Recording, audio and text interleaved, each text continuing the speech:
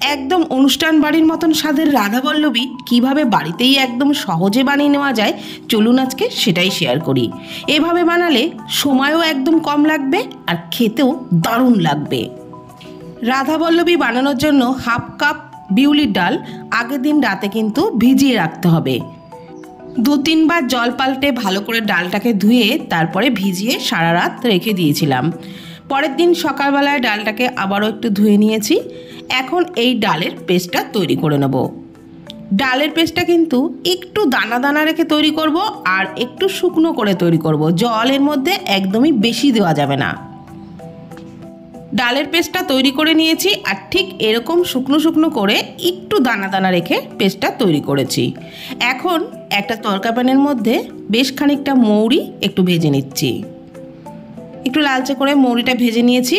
মৌরি থেকে একটা সুন্দর গন্ধও বেরিয়েছে। এবার একটা হামনদিস্তার মধ্যে মৌরিটাকে আধ ভাঙা করে গুঁড়ো করে নিচ্ছি। মৌরি গুঁড়ো করে নেওয়া হয়ে গেলে ওই হামনদিস্তার মধ্যেই 1/2 ইঞ্চ আদা আর দিয়ে দিচ্ছি একটা কাঁচা লঙ্কা কুচি। আদা আর কাঁচা লঙ্কাটাকেও একটু থেতো করে নেব। তারপর কড়াইয়ে 3 টেবিল চামচ মতো ঘি দিয়ে ওই ঘিয়ের মধ্যে দিয়ে দিচ্ছি সামান্য একটু হিং। হিংটা অবশ্যই দেওয়ার চেষ্টা করবেন, হিং দিলে ফ্লেভারটা খুব সুন্দর বেরোবে। হিং ঘিয়ের সাথে একটু নাড়াচাড়া করে নিয়ে দিয়ে দিলাম ওই আদা কাঁচা লঙ্কা বাটা। তারপর ঘিয়ের সাথে একটু নাড়াচাড়া করে ভেজে নিচ্ছি। আদা কাঁচা লঙ্কা বাটা দিয়ে একটু ভেজে নেওয়ার পর দিয়ে দিলাম ওই মৌরি গুঁড়ো, যেটা আধ ভাঙা করে গুঁড়ো করে নিয়েছিলাম, সেটা কিন্তু সবটা দিইনি, 1 টেবিল চামচ মতো দিয়ে একটু নাড়াচাড়া করে নেওয়ার পর দিয়ে দিলাম ডাল বাটা। আর ডাল বাটাটা দেওয়ার পর গ্যাসের ফ্লেমটাকে একদম লোতে রেখে নাড়াচাড়া করে ভেজে নেব।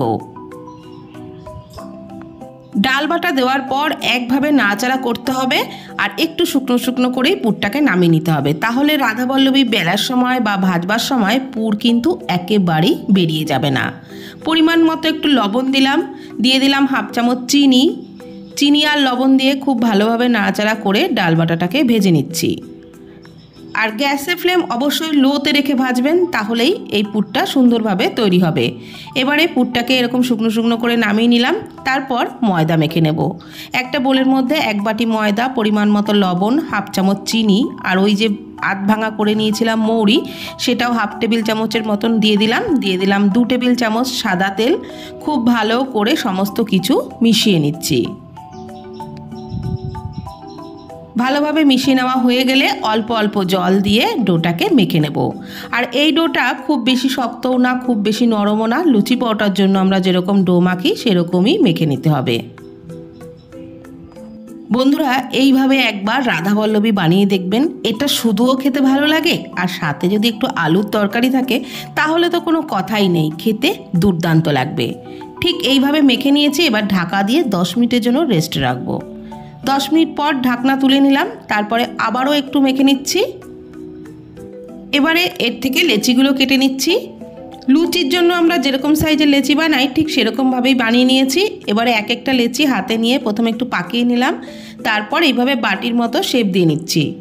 আর মাঝখানটায় ওই ডালের পুরটা দিয়ে বাটির মুখটা খুব ভালো করে বন্ধ করে দিচ্ছি।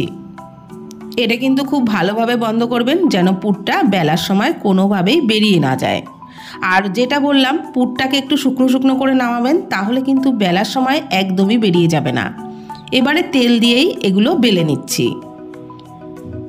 আর বেলার সময় খুব চেপে চেপে বেলবেন না, একটু আলতো হাতে বেলবেন, তাহলে দেখবেন পুরটা একদমই বেরিয়ে যাবে না। আমি ঠিক এইভাবে বেলে নিয়েছি। লুচির মতো কি লুচির থেকে একটু বড় সাইজের করে এগুলো বেলে নিচ্ছি।